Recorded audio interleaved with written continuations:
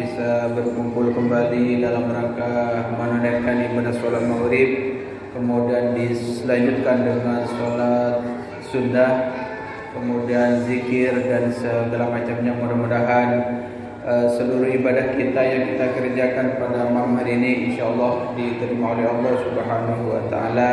Dan alhamdulillah pada malam ini kita sudah memasuki malam kedua di bulan Rajab.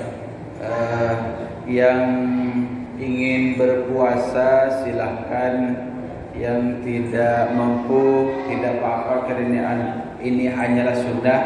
Jadi yang disunahkan itu adalah tanggal 1, 2, dan 3 malam bulan Rajab. Apabila tidak mampu untuk melaksanakan karena ada udzur ataupun hal-hal yang lain, maka tidak apa-apa.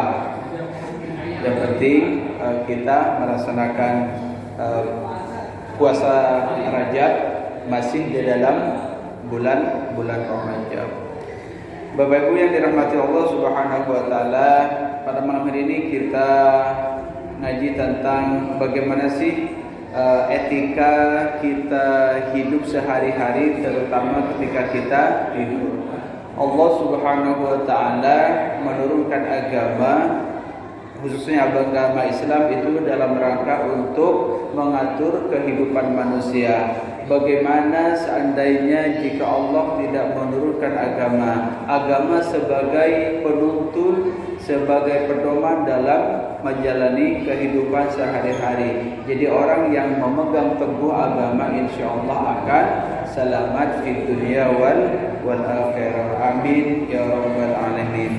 Bapak Ibu yang dirahmati Allah Subhanahu wa taala, malam hari ini kita belajar tentang apa yang kita baca, apa yang kita baca sebelum tidur ataupun sesudah tidur. Maka di dalam hadis Rasulullah SAW yang diriwayatkan oleh Abdullah Muhammad bin Ismail mengatakan, ya'qidu syaitanu ala qafihi ra'si ahadikum idza huwa nama thalatha uqadatin. Apabila setan itu mengikat manusia, mengikat kepala manusia itu kepada tempatnya, idza huwa nama thalatha uqadatin. Apabila dia tidur, setan itu membuat 3 ikatan.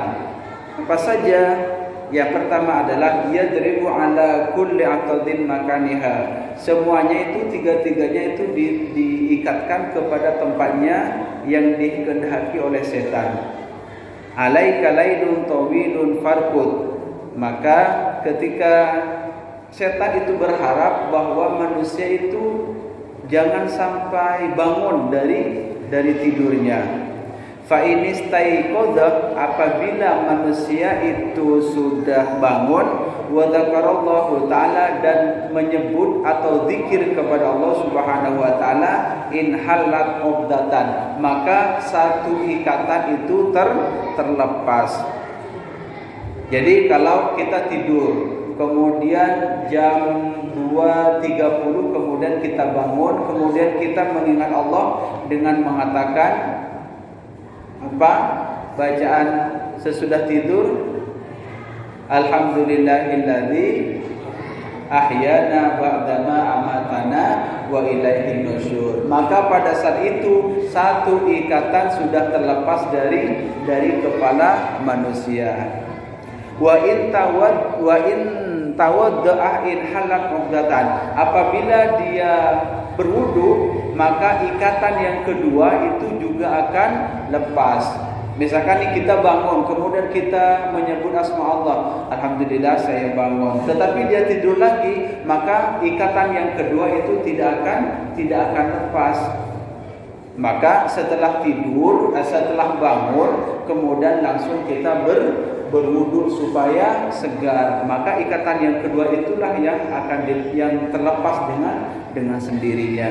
Fa in shalla in halat uqduhu kulluha fa asbaha nasyitan thayyibun nafsi wa illa asbaha khabithan nafsi kaslan.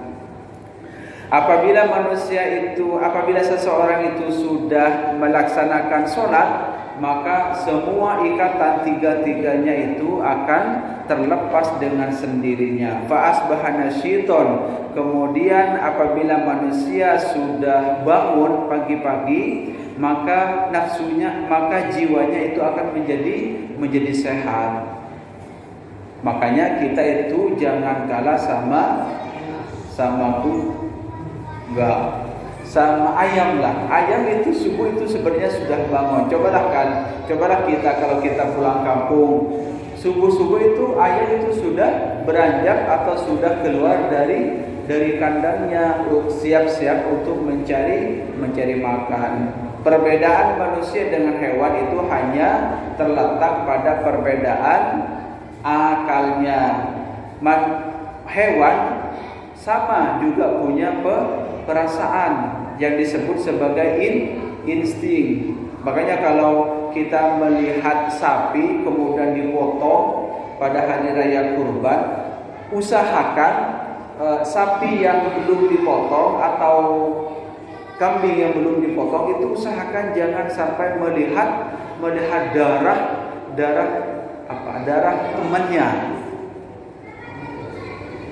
Iya, dia akan ngamuk, dia akan juga instingnya itu tidak akan tenang. Seperti itu. Maka siapa yang bangun tidur kemudian